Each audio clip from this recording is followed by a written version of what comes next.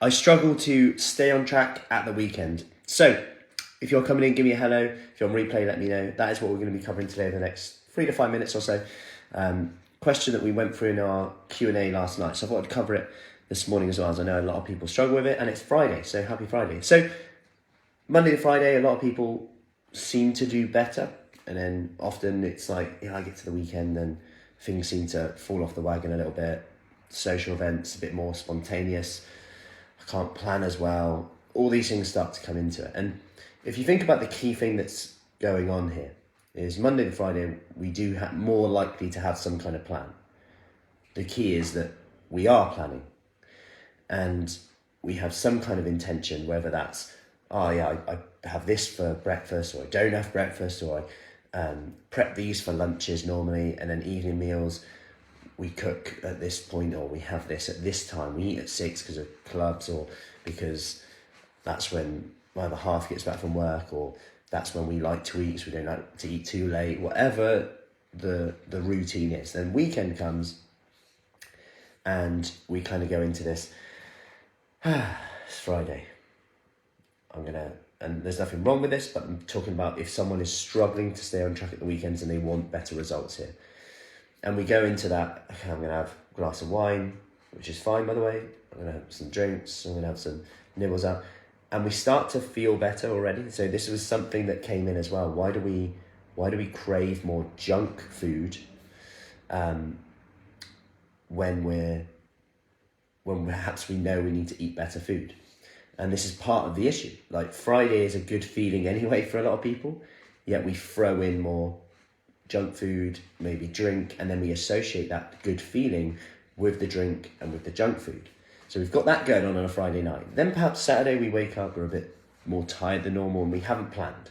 We probably don't get up at the same time. And that's fine, by the way. But if we haven't got any plan at all, then we don't know whether we're doing well or not. And if you don't know whether you're doing well or not, you're leaving this to chance, okay? Hey, Teresa, if you don't have an intention or a plan over the weekend, even if your plan is to give myself permission to have what I want on Saturday night because I'm eating at people's houses and I don't know what's going to be served and that's just what I'm accepting, even if you give yourself permission to that and then say Sunday I'm going back to my normal day's eating, then what a difference that can make, rather than do well this weekend, I really hope I do well this weekend.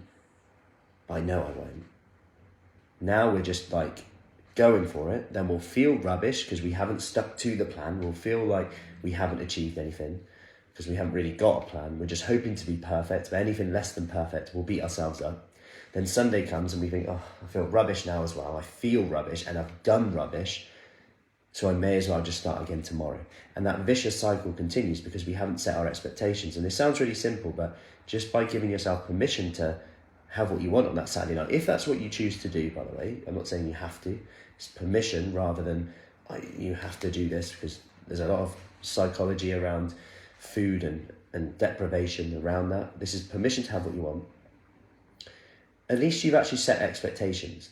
Now you know whether I've done what I said I would or not. And if you've said that I'm going to give myself permission to have the foods I want and I'm going to enjoy that, and you did that, then great. And if the next day you go, well, it wasn't actually as good as I thought, but I gave myself permission to have it, that's okay. Well, maybe, for next time you might make a different choice. You might not. You might go, actually, no, this is part of my lifestyle and this is what I want to make. And you can see how you're making more rational decisions rather than relying on how you feel to determine how well you've done. Because if you don't set any expectations, it might just be that you wake up Sunday morning absolutely knackered, or Friday if you haven't planned and you just had a rubbish day at work and you haven't any plan and you've just gone, rubbish day at work and I haven't done as much exercise as I should have done, even though we haven't even set a plan of how much exercise we should do, which means we're leaving it to chance.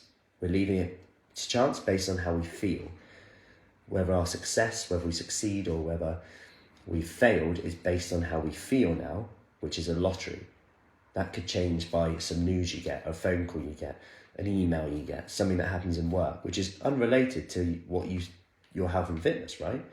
Whereas if we say, okay, I will do 3 sessions of exercise this week, I will do this with my meals, I'll do this with my snacking, similar to what we do in the Kickstart then all of a sudden you've got a clear definition of, okay, what I need to do. Regardless of work, regardless of that, I can do that. And if I do it, I know where I am. If I don't, well, fine. Why didn't I do it? What can I do differently to make sure that happens next week? Because I know that's going to get me better results. Otherwise, we're leaving how we feel to chance. And if you leave your success and essentially whether you've achieved it or not to chance, that means you're leaving your health to chance, your fitness to chance. And because we love that sense of achievement, and we're not going to know now, we'll just continue to almost bash ourselves and say, I failed every week, because we haven't set those expectations, and that expectation by default will go to perfect. So now we're just going fail. Now our self-worth can potentially go down, unfortunately. No wonder we haven't got any confidence, because we think we fail every week. And all of a sudden, this vicious cycle goes on. I fail all the time. I'm not sure I can do this now, because I always fail. I can never stick to anything. Yes, because we don't actually have a plan. And then what else are we leaving to chance then? Well, potentially our happiness, depending on how much our fitness, how much our weight, our day-to-day life impacts what we can do, which then impacts our happiness. The clothes we wear, our health, like I said, risk of diabetes, mobility, flexibility. What else are we then leaving to chance from this? So, I hope that helps. It's a bit of a more around the psychosocial strategies that you can use around the weekend. And I did go over, I think it was 2 days ago, a few strategies that you can use, a bit more objective strategies around food tracking. If you want that, just comment below. But I hope that helps. Happy Friday. If you want more information about our February Kickstart, which is starting flexible start date from next week and the week after, then just comment below with Kickstart and I'll get you the details from there. Have an awesome Friday and I'll see you soon. Take care.